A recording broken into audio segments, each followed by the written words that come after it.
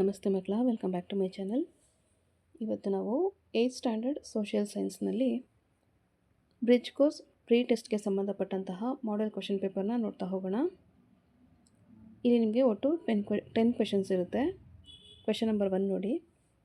What is the renaissance?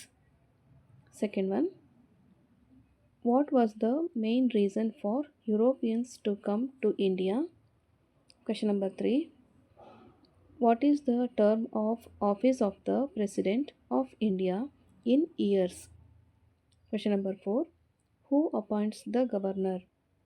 Question number 5, in which year did the unification of Karnataka take place?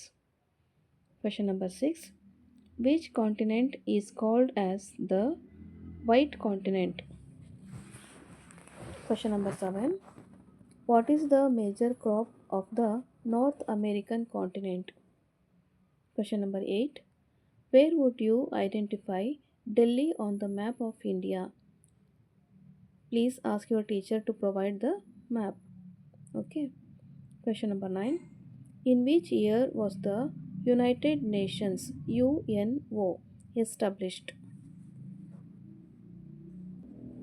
Question number 10, who was the Indian leader that advocated the non-aligned movement? ಮಕ್ಕಳ, ಇಲ್ಲಿಗೆ 10 questions complete ಆಗಿದೆ.